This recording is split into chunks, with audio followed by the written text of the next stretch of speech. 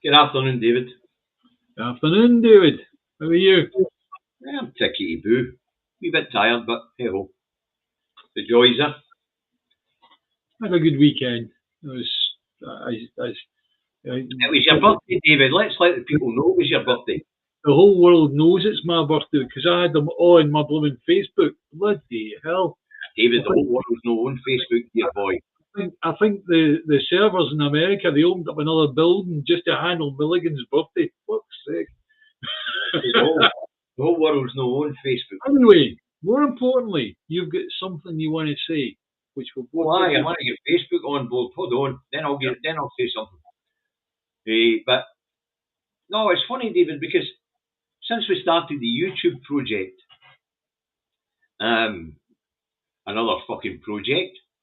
I haven't really. I've left most of the Facebook side to you and Xander and the other admin. You know. How many projects is that? Is that we went 15 or 20 different projects?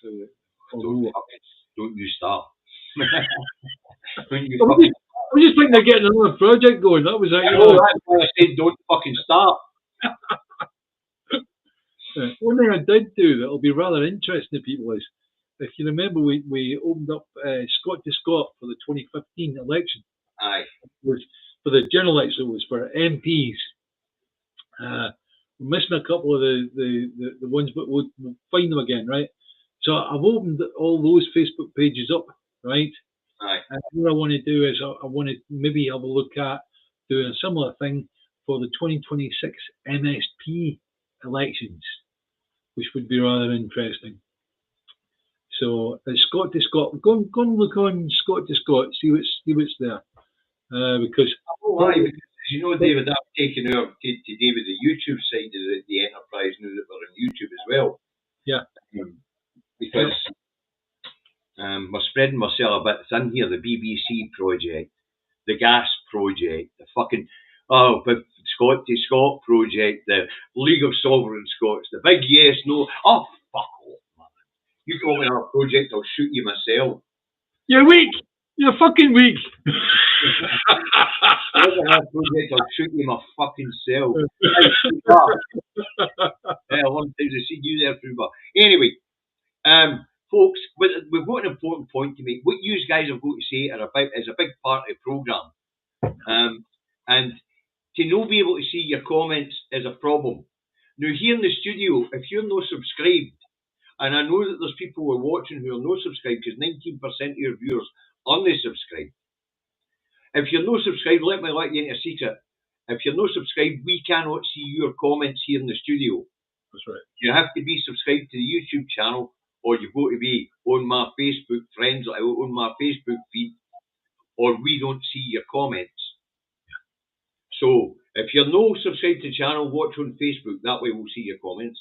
Or if you're on YouTube, subscribe to the channel so that we can see your comments here in the studio. It's very important. David, what's involved in subscribing?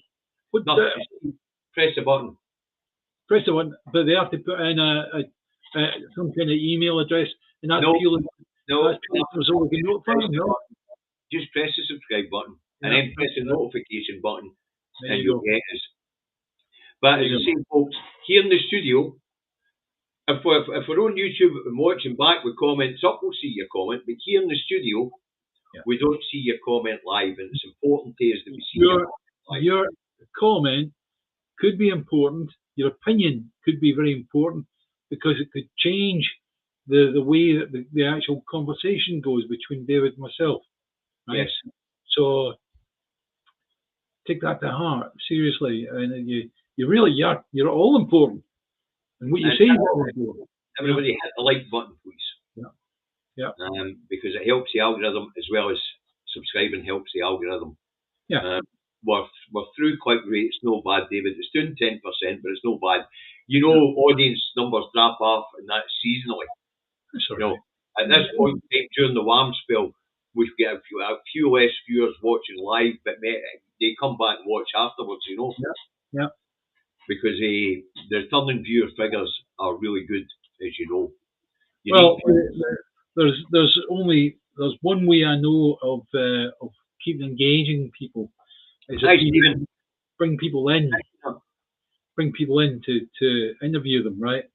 And at the moment, SNP are neither here nor there. We kind of get anybody in, you know. I'll tell you on Independence Life who've been going for forever, David, as you know. Yeah. We've supported Kevin down through the years at Independence Life. Right. They can't get any of them on either, so it's just one of these things that they know. Kevin, every time we did a BBC, push the BBC off Pacific Quay type protest, it's like Kevin was always there with the cameras and all the rest of it, you know. So brilliant. Kevin's always there. Yeah. Right, that's Facebook on board. Hi, Duncan. Hi, Tommy. Hi, Derek. Hi, Gingers. Hi, Lorna. Lorna, no accept. No excuses. I've lit a nice candle for you. Just one thing in. Today it's coffee, right? It's coffee. Sometimes it's green tea. But you know that green tea removes 87% of all the reason to be alive. Yes, aye. And it kills your fucking taste buds while it's Right, let's go on. Scottish Government not happy with settlement on national insurance changes and the additional costs that the changes have placed upon the public sector here in Scotland. Now, from council level to NHS to Holyrood and any other public institutions, the combined bill for the change in national insurance policy, it will cost the devolved administrations and its institutions 700 million quid. Yeah. Westminster, through the Barnett formula, is giving the Scottish Government 339 million towards that bill. Yeah. Leaving a massive shortfall. Yeah, well, also we've got to talk about all the other lumps of money that were promised on Barnett consequentials that we never got. So, and another thing is the amount of promises that are made. Do you know when I saw that this week was a promise of giving pensioners an extra £713 a year, right? Yet again, it's just another promise. It's that it hasn't signed, it hasn't gone through the House of Commons, anything like that at all. And here we are. That there was some kind of David, I don't know if you've noticed, but nothing gets through the Commons these days. Yeah, it's ridiculous, man. It's not done by executive order. Yeah. So, King Henry VIII rules. Statutory instruments. That's correct, aye. Yeah. Now, let me push on with this, right? Now, the 339 million figure was came about through the Barnett consequentials, right? But what that tells us, because it's based on a per capita share of what's being spent in England, yeah, it also tells us that the ministries in England are having to cough up between 40 and 45% of the costs out of the existing budgets as well. Because that's what's happening here. Yeah. The Scottish Government's going to have to cover about 45 to 46% of the bill. Yeah. So are Scottish councils, Scottish NHS, any public service and public institution is going to have to cough up 40% of the change out of existing budgets. So the taxman's just raided itself. Right. So Rachel Reeves, when she made the decision to increase national insurance, yep, was there someone tapping on the shoulder saying, Ms. Reeves, would not be just altering maybe the tax regime a little bit, which is more what they tried to do, David, was get exemptions for the public sector. Yeah. So it would only apply to the private sector. Yeah. But of course they said no. Which, by the way, folks, just so you understand what's happening here, if you look at what's happening in America with Doge, that's actually what's happening here with the change of national insurance, because Starmer and his crew, McSweeney, is a wee bit wiser than Trump and his Muppets. They've decided not to put a monkey on the stage with a chainsaw. They've decided just to go, bang, we'll change the national insurance system, and that'll see the ministries shed workers fast as fuck. Why? Because Labour is the biggest cost. So when you have to cost cut, it's Labour that goes. Did Did he do the Nazi salute after the chainsaw, or was it before? And did they do it after he offered $100 million to reform UK? Well, Or, either way, also, is that after he said get rid of Farage and we'll put this other guy in? but I Low, Yeah, Richard Lowe, the one that's having a fight with Farage and who's called to reform a cult. But yeah. we'll get back to what's going on here. Yeah, sorry. Right. So as I say, what he's done as a typist, he's sabotaged what Rachel Reeves and Starmer and McSweeney have done. They have sabotaged the public services right across the UK. This is important that people in England who are watching understand this as well. Because if that's all that's coming to us through the Barnett consequentials, because it's a per capita share of what's spent in England, it would appear that England ministries, like the Ministry of Education, the Ministry of Health, and all that, they're all having to take up the slack through their own budgets too. So this is what we call slashing and burning the public services on the sly.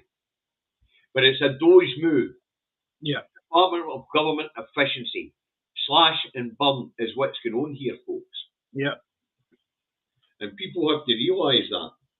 So the Scottish Government have offered each council 144 million towards their problem. Right? But remember, it's only 339 million we're getting for Westminster. There are 32 councils in Scotland. That's right. At 144 million fee. The Scottish Government to try and compensate them for this.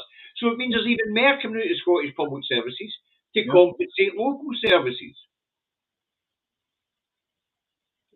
But that isn't just happening here, folks. I want you to understand that. This is happening in Wales and in England too. Yeah.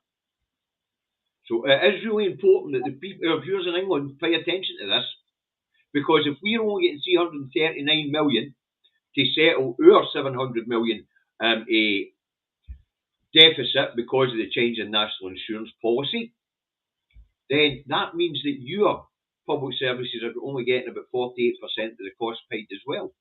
So therefore, 52% cost paid. Therefore, if we follow the thinking on that, right, we can see that what Rachel Reeves did was obviously with the backing of Starmer and whoever else was involved, was bloody idiocy. Oh, absolutely. Oh, David, this is the clever part about it, is it's no idiocy, it's deliberate. It's Doge. Right. But the problem is, if they didn't have that, they wouldn't have to hand the money out. Yeah? The idea of handing 339 million to the Scottish Government, right, is as a result of doing this particular thing. Whereas if they'd have done it through taxation, it would have gone through no problem. It would be nice and smooth. Well,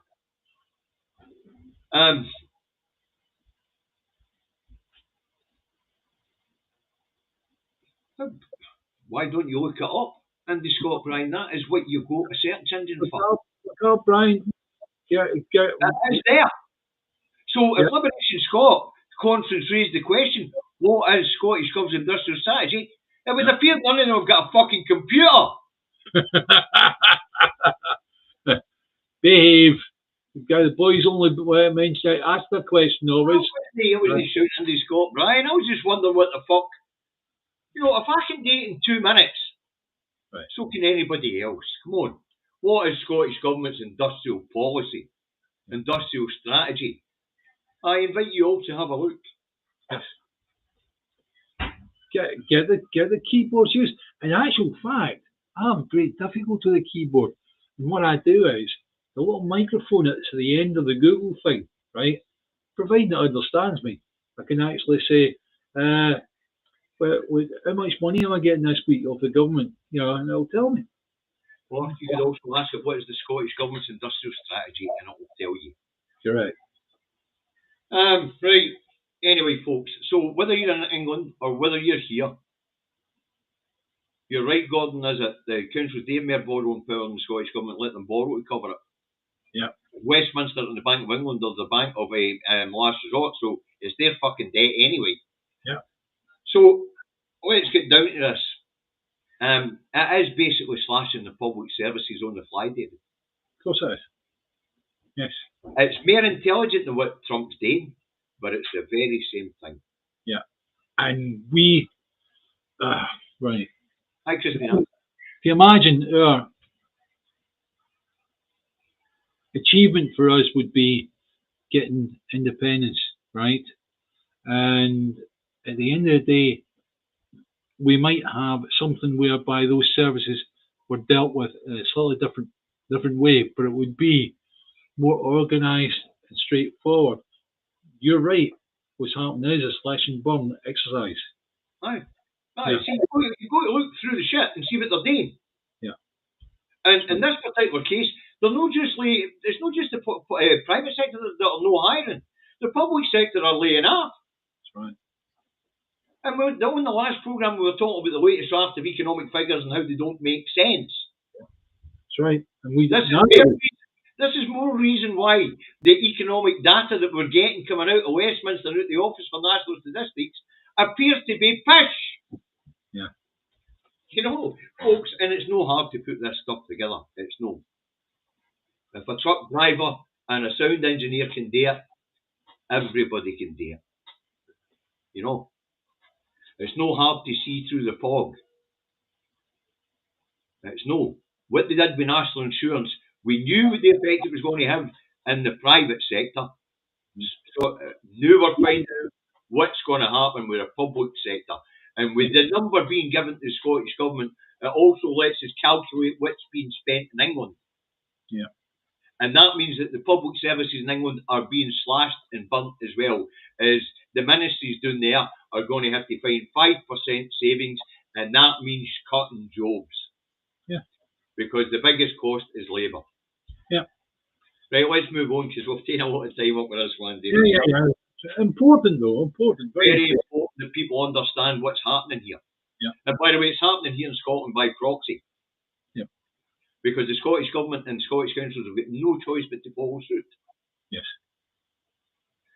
Right, Michael Gove, the man who went against the courts on releasing UK government polling on attitudes to the union, says he agrees with John Swinney that a large pro-yes vote and win for the SNP at the next election means that Westminster should be another referendum and Westminster should rethink its approach.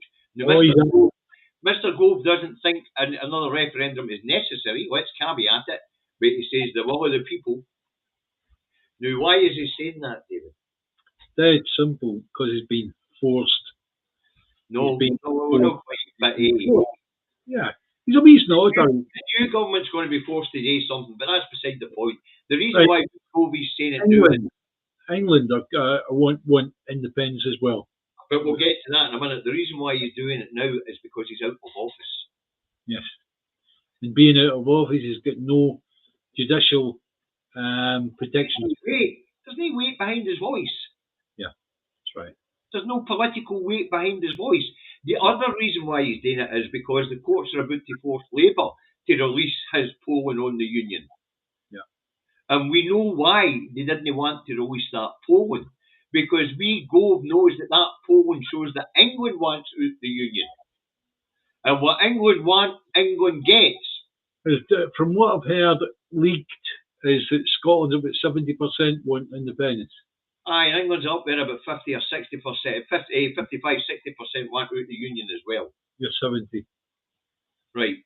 So, in actual fact, I've got to say, it's like we're still playing by England rules, and we need to learn. We need to learn to break a few rules. Simple as that. Lord Gove of Tory. That will not be long, Miss Noakes. Not be long, Miss Noakes. Anyway, so, you know, his voice, although he is going to end up in the House of Dirty, the House of Drunken Old Has-Beens, he is going to end up in there. You know, it will be Lord Gove. Yeah. So he will be heading for it. And it'll be Starmer that puts him there. Can you get fur off a rat to create a coat? Because that's what he wants. Well, on the ermine, it needs to be rat Ratus norvegicus. Aye. Anyway, so we go with agrees with Swinney that the UK government should change tack if there's a big win for the SNP and a majority yes vote. Yeah. A horrible little character that did all sorts of wrongs. The He's country kind of that character in Harry Potter, isn't he? What one's it? Peter Pettigrew. That's we go. Of the Slytherin group. That's it. Aye, of the slithering group of snakes. Anyway, let's move on. Scottish Government to hand guaranteed win to Labour in Western Bartonshire at the next Scottish elections. The Bartonshire was held by Labour in 2016 and 2021 because of tactical voting by the Tories, because it is quite a unionist area. So Tories were actually voting Labour to keep the SNP out, and it was still very close. This time, because of the introduction of reform, which will bring us on to voting in a wee minute, David, but the introduction of reform meant that the SNP would get through the middle. But the SNP have just thrown that all away. How have they done that, David? Flamingo Land. Correct. What they've done is they've said they're putting their backing behind Flamingo Land.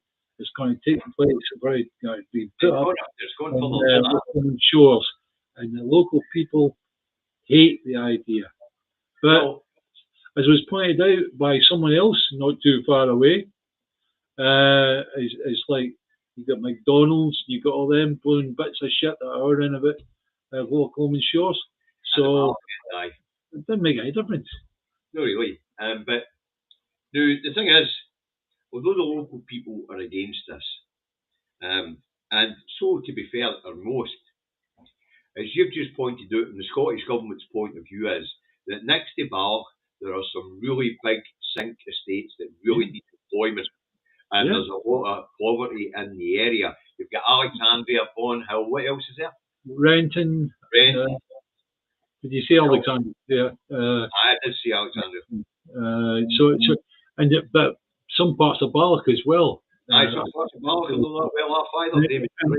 And you can imagine that Flamingo Land goes up. It's quite a big operation, and they will need people from the local area. They're going to need 40, 50 a shift. Right. You're going to need 40, 50 a shift, and then there'll be jobs in the supply chain. Now, what's going to be involved? There's going to be a hotel, a water park, a monorail, and chalets and things like that, I would imagine, David. And you'll have security that goes with that. And cleaning up staff and people keeping the grounds clean. So, in actual fact, you're saying 50, it might be more than 50. Oh, I imagine now that you think about it, David, you're talking about maybe 100 a shift. Yeah. So, that's a big help to people in those areas. Really is.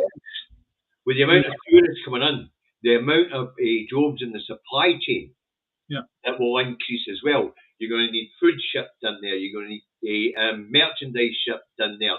You're going to need crap taken away. Yeah. So there's going to be an awful lot of boost for local businesses who will then be in the business of hiring to fulfil the needs of the park. Right.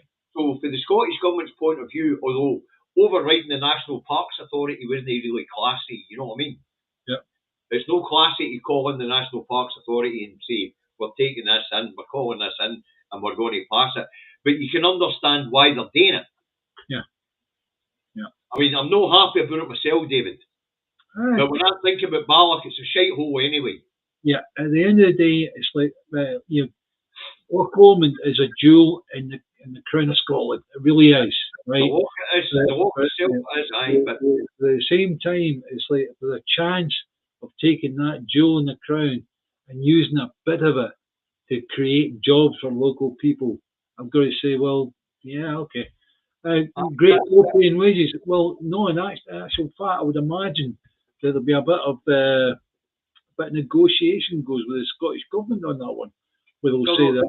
They'll probably be part of the agreement. Will probably be the national living wage. Yeah. But Harry, the other thing is, we talk about low paying jobs.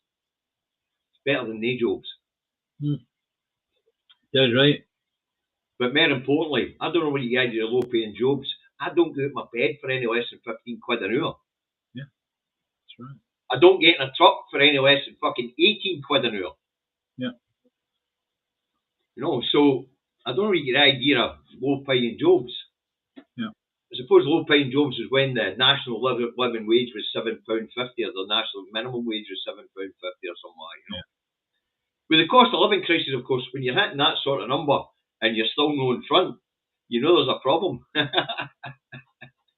Yeah. But low-paying jobs, no, I don't think so. There will be jobs in there that will be low-paying, but there'll be management jobs, there'll be middle management jobs, there'll be specialist jobs like chefs and things like that. None of them are low-paying jobs, Harry. If you want a low paying job, then be a pensioner. There you go. But so, as I say, the problem is eventually when the park goes up and people get used to it, it might actually bring some boost to the local economy and people's attitudes to it might soften. Me personally, I don't think Loch Lomond needs a theme park. But you can see the logic behind it. Yes. You see the logic why the Scottish government are come down and said, "Oh, yes, we do need it," right? Well, And we're not talking about building it at the Ballast end of the Loch. the Scottish government are prepared to pay politically for that. Aye, in that area, aye. They know what they're doing, and David.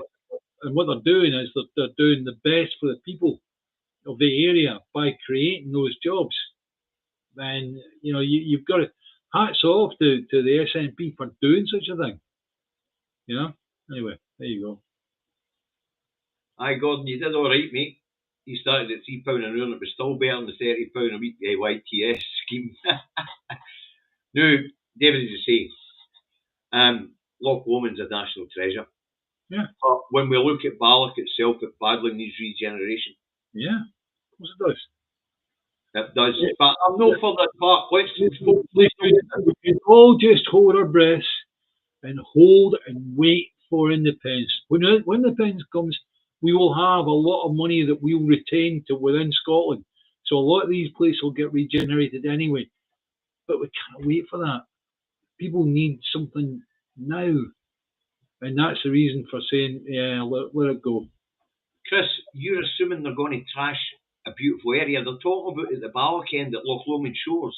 Yeah. There's already a Duck Bay Marina there. There's already hotels there.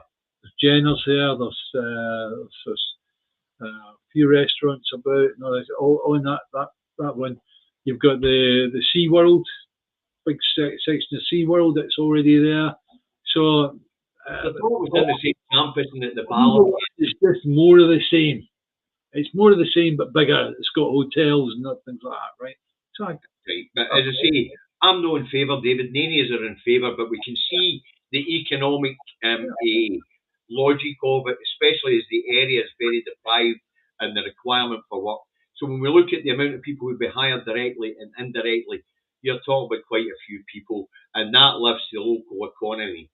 I mean, I've the amount of times I've driven along Loch Lomond, right, and I've seen people walking away from campfires and leaving other rubbish there and all the rest of it, right? It's like I would rather those people were inside Flamingoland or whatever, where I know somebody's going to be employed to clean up their crap. Aye, but David, we don't want to give the impression that we're in favour of this. Well, no. We're not, but at the same time, we can see the logic behind what they're trying to do. Yes. Right, let's move on. NHS Scotland staff vote to accept 2-year 8% pay deal. Nurses, midwives, paramedics and other staff have accepted 4.25% for 25-26 and 3.7% for 26-27. Now, David. Wonderful. The question is that should be put in there, what are the people of England and Wales getting? We'll get to that because there's another bit of this agreement that we need to talk about. That is, in the agreement, the Scottish Government have agreed that going forward, NHS staff will get at least 1% above the CPI, the Consumer Price Index inflation level as an increase going forward. So they will always get at least 1% above CPI, which will always be, to a degree, a pay rise. Now, if we look at what's being offered in England at the moment, through the public, the peer review body NHS England and Wales, they're offering 3%. When you think about that, David, inflation at 2.7, 2.8%, and inflationary pressure building, that's not a pay rise at all that's been offered to them in England. It's a red brigade step, of course it is. So go on, I'll ask the wonderful question is, why are we paying our chaps and chapesses 1% more than the chaps and chapesses down in England? We need staff. End of story. That's it. You've answered in one. I know. The other thing is we can offer them better contracts, better paying conditions, better living conditions, lower council tax, and access to higher education for their children. And it's Scotland. And it's Scotland. There's no other reason to want to be here than the fact that it's here. Yeah. People keep saying to me, Davey, where are you going on holidays? Where the fuck going on holiday? I live in a holiday resort. Yeah. You know, fucking place is gorgeous. I mean, I'll this year I'll get dragged along to Crete or something like that, right? And I'll sit there for a week, for 7 days, and the sweat will just drip off me, right? Well, David, I'll tell you what, a fat 5-bedroom across the road comes on the market, I'm buying it and turning it into an Airbnb because it's massive. You can come and holiday here, the place is fucking gorgeous. Oh, wonderful. That's a great idea. I'm waiting on them. The house from the corner coming on the market. I'm thinking about buying it for an Airbnb. Oh, good. Yeah. Because it's central between Glasgow and Edinburgh, and this is a beautiful place. So it'd be a nice place for people to stop and be able to get access to Glasgow and Edinburgh, you know.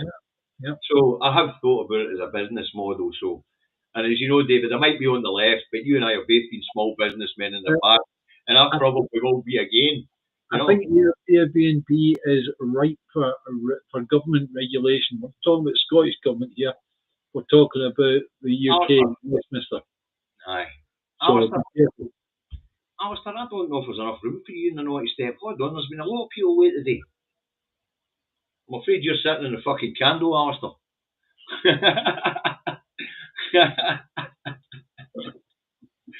Okay. So, good deal for NHS staff here in Scotland compared to next door. But as I say, the reason why they're doing it is we're trying to attract staff north. Yes. Especially as we can't attract them from abroad anymore with Starmer's crackdown on carers visas. Yeah. Right. Now this one, David, I'm going to play the video in a minute and then we can rip it to fuck, okay? Yeah. And it's Tom Hunter talks piss on a Sunday show. Right. Tom Hunter's. You've got to look at the point of view of he's not the sharpest tool in the box, right? That's right. He's done well enough for somebody who's not the sharpest tool in the box. He's a good businessman, but you know, he does. He opens it. My dad used to use this wonderful phrase. He opened his mouth and let his belly rumble. Well, I'm going to open his mouth and let his belly rumble for the viewers. Okay. Yeah. Okay. There you go. Build, baby, build. Do you think Scotland should have total control over all of its tax powers? Because I'm sure Shirley-Ann Somerville, who's coming on after you, will tell us there's loads of. By the way, he didn't answer the question that you've been asked. We could do. There's loads we'd like to do, but we don't have the levers. Yeah. So basically, there are plenty of things we can do today. Tomorrow morning, let's solve the housing crisis. We can do it. We can absolutely do it. It's very simple. Build, baby, build, to take a phrase from over the pond. And to solve the housing crisis, you need to build more houses. Really? Yeah, that's it. Investors allocate their capital where they understand the policy.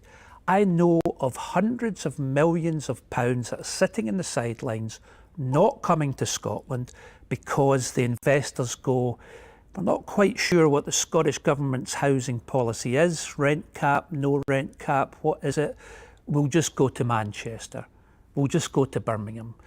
And therefore, sort the policy, sort it tomorrow, and hundreds of millions of pounds will flow into Scotland. Then we need to get our apprentices sorted, our skills. Let's get a joined up approach to let Scotland flourish.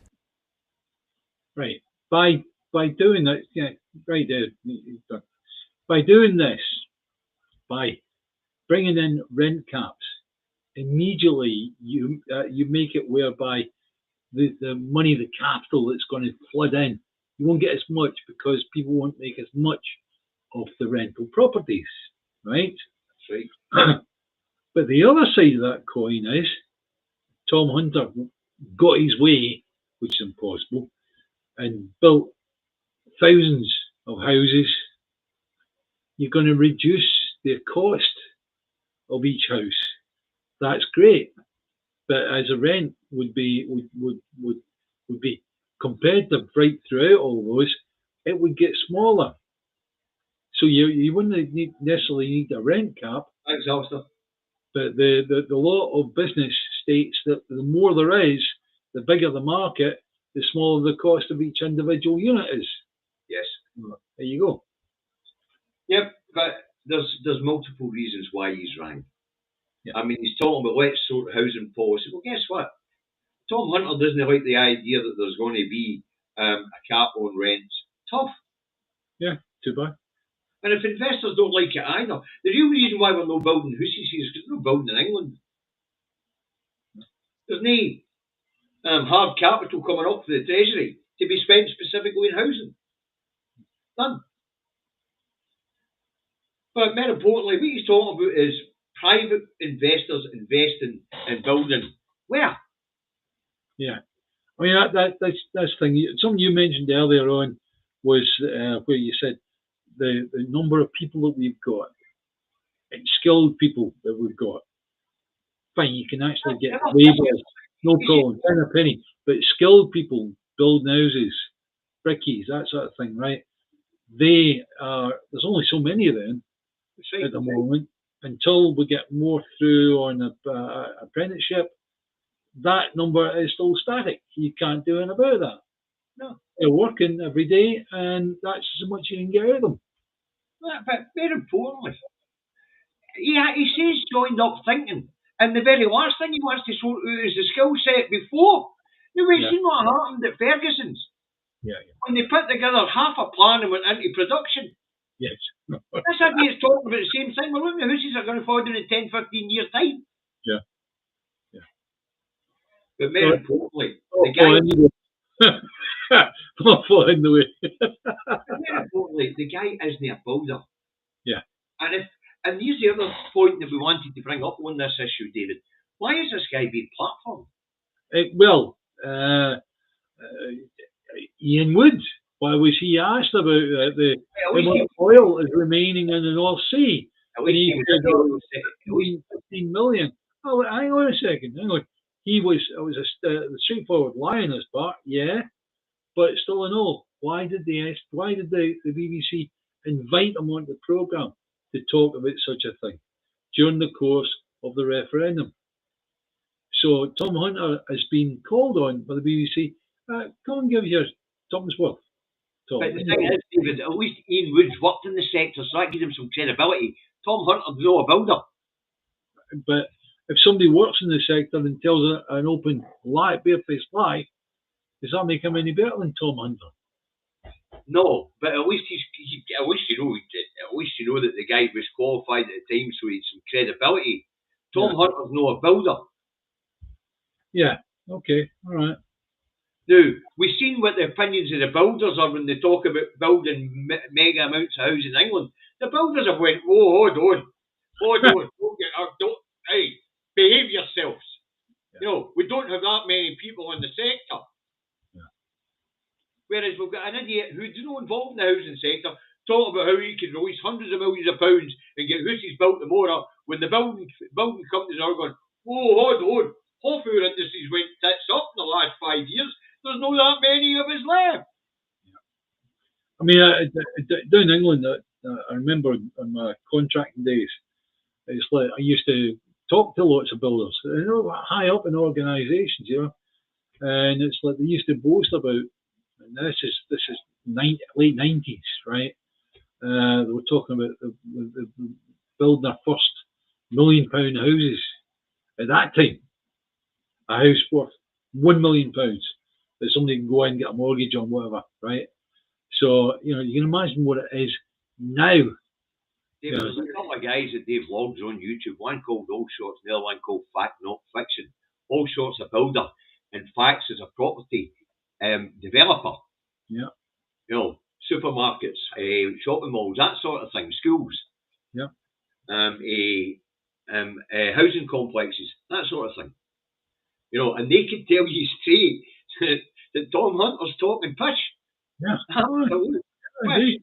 Yeah, I agree. Um, but please remember that it's our job to properly criticise, not just call somebody's opinion pish. I don't like the stuff anyway, David, but that's beside the point. You're still remembering Ferguson's Yard. That's what the problem is. You're out of your head. But you see, I just don't like them. What the interesting point to me is, why are they platforming an entrepreneur to talk about building rather than a builder to talk about building? This is what we're talking about when we talk about stupidity and propaganda. But that's what BBC do. And here's the other thing, Tom. Just a wee message for you, bud. If you ever get a clip of this, even though I think you're a dickhead. Hey, if you want to influence public policy, get elected. Yeah. Right. Absolutely. You get these half-wits trying to tell us what's good for us. I'll tell you what's good for us, Tom. Businessmen like David and I putting our money back into the community.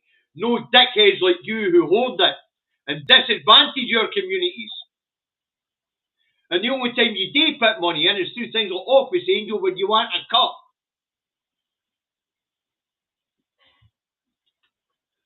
I can just see the wee angel and the devil, one side of David's shoulder.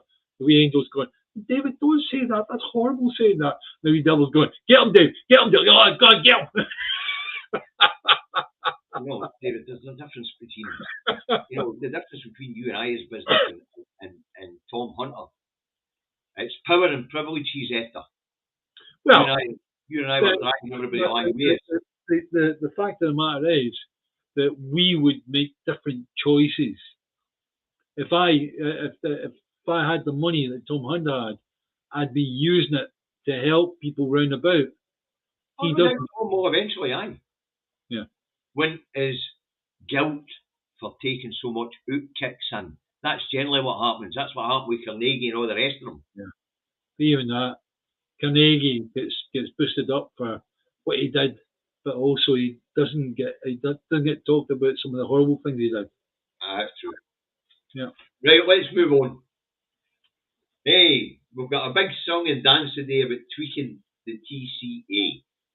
And it's important that people understand that this new deal with Europe isn't a new deal with Europe. It is tweaking of the TCA, the Trade and Cooperation Agreement. And it was known when Lord Frost, the half-wit, negotiated the deal on behalf of Bojo the Clown, Boris Johnson, that there would be a review in 4 years for the day that we left the EU. Yeah. So 31st of January 2021. Now here's the thing, folks. The review into this has been going on since January this year. And a lot of it's been done in the quiet. A lot of it's been done to keep the devolved administrations from putting their neb in. Yeah, well, if you let me push this one in. This is from the national newspaper. Angus Robertson, that's the External Affairs Secretary, has said that it amounts to a reset. Angus Robertson questioned Labour's claims to have reset Westminster's relationship with devolved governments after the SNP administration was kept in the dark about the talks, even as the details emerged in the media on Sunday evening and Monday morning.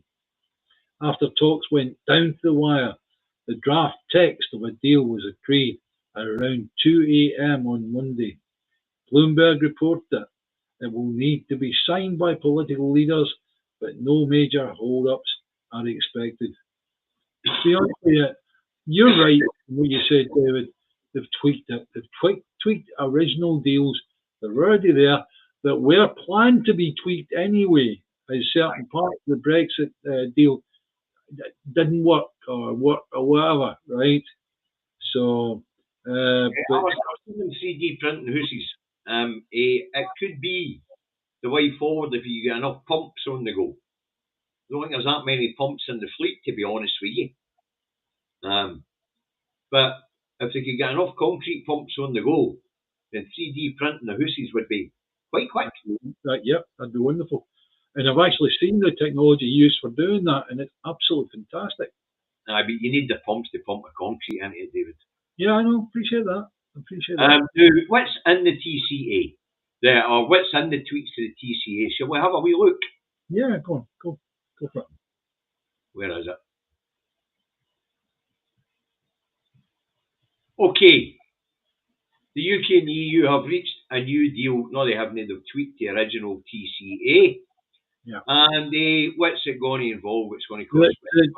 Would you say that this is maybe on a parallel with the telephone call between Trump and Starmer, reference the tariffs, and the Starmer was with the picture of Trump, and then it cuts over to the Starmer in the cabinet office on his phone and saying, "Oh, that's wonderful, Mr. President. Thank you very much, sir." No, this actually has some substance. Yeah, all right, hang on. But what I'm saying is, at the end of the day, you've got Starmer, who's taking something that's just tweaked and actually saying, no, we built a new deal with the... I know, it is tweaked, folks. You've got to understand, every category that's been spoke about, there was already an agreement in the TCA. When we talk about tweaking the TCA, they went back and had a look at what's worked through the last 4 years and what hasn't, and now they're tweaking the original agreement to try and get things working. Now, the Scottish and Welsh governments are fucking raging because there's devolved areas being impinged on again. But basically, my words on that are very, very simple. Scottish government, enough of the rhetoric. If you're angry about it, then do something about it. We're looking for the EU. Just tell the EU the deal that the UK government just stuck with you. Definitely couldn't. It's their waters. See what the EU did. Yeah. Anyway, new deal will keep the current status quo, giving EU boats continued access to UK waters until 2038. The 2020 Brexit deal, which saw the UK regain 25% of fishing quotas in UK waters, was due to run out next year. Yeah. So UK fishermen get to keep 25% of the quotas. 75% will be licensed to European boats by the UK government, even though it's a devolved area. Yeah. It's a big Spanish fleet, so they get it, So, but here's the important thing. Starmer did make a point, right? He said, well, people are arguing about this, about the fishermen maybe losing areas or whatever, or the autonomy over their fishing rights. Not really, right? What is actually happening is it'll maybe open up more in the way of markets to fish caught by our fishermen in European markets. Well, what we do know is that our fishermen tend not to fish. Yeah. They sell their quotas to the Europeans. Yeah. Because they don't have the fleet anymore. Yeah. Right. So he's hounded 75% and said that's just companies will give you a license to fish for that. Yeah. And the other about another 12.5% here will be sold off by the British families that own the fishing rights to these waters. The quotas will be sold to foreign boats. We land very little. What is it worth? What would you say it's worth? £360 million a year to the UK economy. £306 billion a year? No, million, David, million. Million, right, okay. So basically, chump change. Yeah. Right, what else is in the agreement? Fishing. See, that's the fishing thing. They've rolled the existing deal out. to 2038. So they haven't done much with tweaking that. They've just expanded on it or extended it. Farming and exports. In return for extended current fishing rules, the UK has secured the deal to reduce checks on food exports to the EU. The vast majority of routine border checks on animal and plant shipments to and from the EU will be dropped. No, they won't. Specific will be dropped. We did talk about this previously. Any possibility of, say, some American meat coming through and into the EU? We'll get to that in a minute, mate.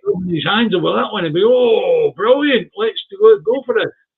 Anyway, there has been a tweak to the sanitary and photosanitary agreement, which is the SPS agreement, which was already there for the TCA. But there's been a tweak to it, which will allow them to sell sausages and burgers to the EU again. Okay, but when it comes to checks, specific foods, and the reason why it's stated specific foods is the EU knows that eventually somebody will try and buy meat for America and export it into the EU. So only specific plant and meat products will have less checks. Emperor, please be aware, if you're in business, you find a way around things. Right. Now, and defence. Well, we already had a defence and policing agreement under the old TCA. It is now getting tweaked. I was trying to put new words to Oliver's Army, which was a really good chart. I liked that, right? David, I've got 8 minutes of this programme left. Macron's Army. That's what we'll call it. Macron's Army. Right, aye. Now, EU and UK officials will meet every 6 months to talk about defence and foreign policy. Both sides will coordinate on sanctions, share more information and develop space-related security policy. Most of which was already in the TCA. The one big difference is that the UK will rejoin PESCO, and that's projects on military mobility aimed at speeding troops and equipment movement inside and outside the bloc. It will allow UK arms companies access to £150 billion EU fund to build more arms. And selling to Israel. Aye. And the one thing that hasn't come to fruition, which a lot of people wanted, was a youth mobility scheme. They are still negotiating it. When they go back to talk again in 6 months' time, they'll pick up the talks on youth mobility for the 18 to 35-year-olds, along the lines of the same limited schemes that they offer to the Australians and the New Zealand students. Okay. But this is not, as it's being flogged, folks, a new deal. Yeah. In the original TCA, there was a deal on fisheries, there was a deal on farming, there was a deal on defence and policing. They're just now had a look, said, well, we could do this a wee bit better, and we'll tweak it here, and we'll tweak it there, and we'll tweak it. But it's being sold to you, folks, as a new deal. Now, on the farming and plant and animal products, believe me, they'll be very specific. The European Union knows that the UK has just opened its markets to US meats and agri products, and the EU don't want US meats and agri products. So the new SPS tweak will probably disappear within the next few months as American agri products make it onto our shelves. But aside from all of that, Scotland's priorities are never Westminster's. End of. That's true. Right, let's move on. Far-right organisations intend to infiltrate reform and push them further to the right and to the extreme right. They intend to use reform's loose vetting programmes to infiltrate the party. It's believed many have already subscribed to Farage's political company. Reform councillors have also refused DEI training, that's diversity, equality and inclusivity training. I can't imagine any of them ever sitting in a classroom learning, this is a black man. This is an Asian. This is and you're supposed to be equal with each one of them. And the white people, I can't imagine any of these people doing that. I really I can't. don't imagine many of these councillors will last long, David, because you know they're going to show up at meetings or else they get replaced after 6 months. They're asking for help. They're asking for help to help them do the job. Yep. Now, more importantly, David, refusing DEI training or diversity, equality, and inclusivity training means that they're not there to represent all the constituents in their wards. That's right. Which should, in its own, disqualify them from being councillors and politicians of any type. That's right. Because once you've won an election, you really only go along the lines of the party whip when it is the will of the people who you are representing. Yeah. And when you win an election, you don't just represent the people who voted you in, you represent everybody. Yeah. In your constituency, your ward, or whatever it is. So technically, these councillors who won't do the diversity, equality, inclusivity training should be disqualified as councillors because they are not prepared to represent everybody in their wards. Right. So back, can we wind you back? Right. You're talking about the council.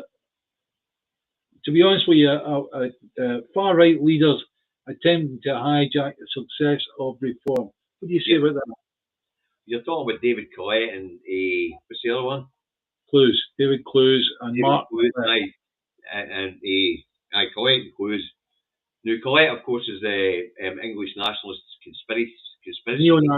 Neo-Nazi. No, is that? No, it's the other one's a neo-Nazi. The boy Collette's a neo-Nazi. He wasn't the British National Party, and he was booted out because he was too extreme. All right, and the other one. Go figure. You know what I mean? How do you manage to get booted out of the British National Party for being so extreme? Wow. Right? David Clues, he's an influencer. He does constant things online. He does like you and I are doing, like where he talks to people through a camera, right? At the end of the day, and he is a guy that helped to put together the campaign to release Tommy Robson from jail, right? So all I can say is that Reform UK, UKIP, Brexit Party, whatever they're called this week, it's like they're being infiltrated by people that are real, that any normal person would consider as real nutters. Right. And to give them a vote is just fucking stupid. Hey, Anne, you can join another half a dozen in the naughty step. Thank you very much. You need to get Alistair to move out. He's taking up half the corner.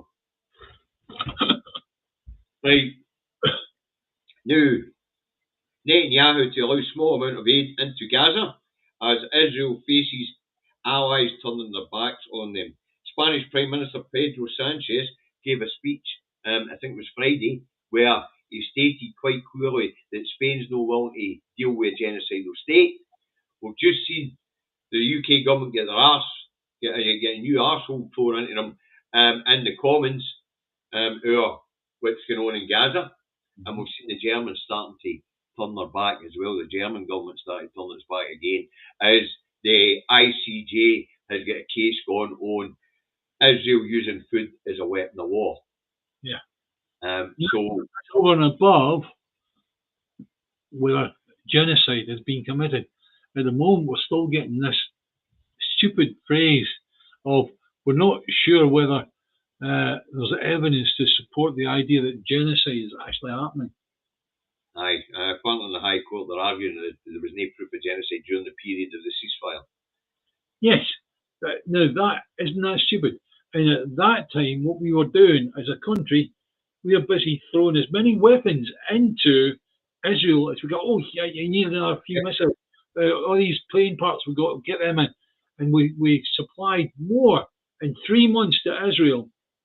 As Britain supplied more in 3 months to Israel, 3 months at the end of 2024 than they did in 2020, 2021, 2022, and 2023 combined.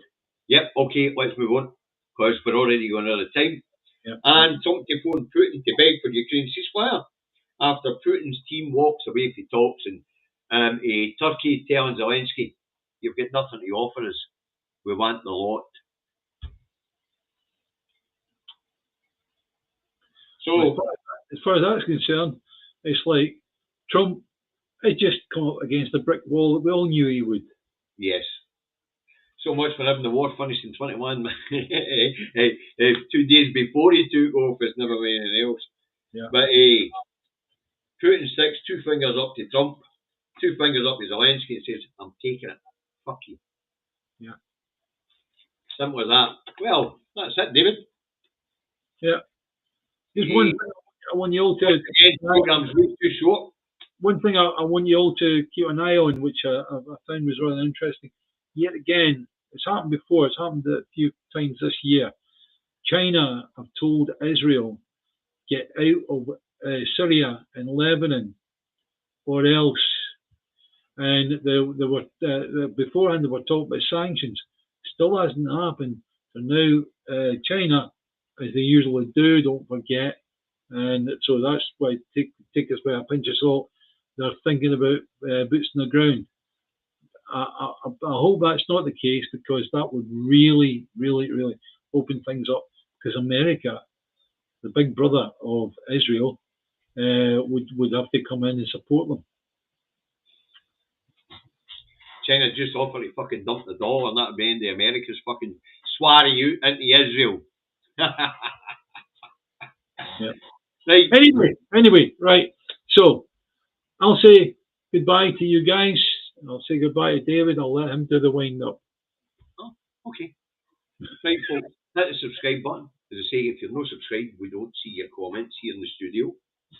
Hit the like button. All the 100 of you have already, but there's 160 of you watching.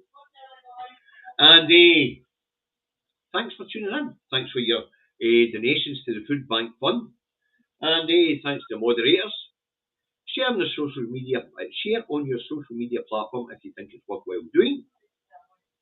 And I'll see you tomorrow morning, 10:30. Don't be late. You're on the naughty step. And David, we'll see you Wednesday morning, 10:30. If you're late, you'll be on the fucking naughty step. I'll go and set my alarm now. Aye.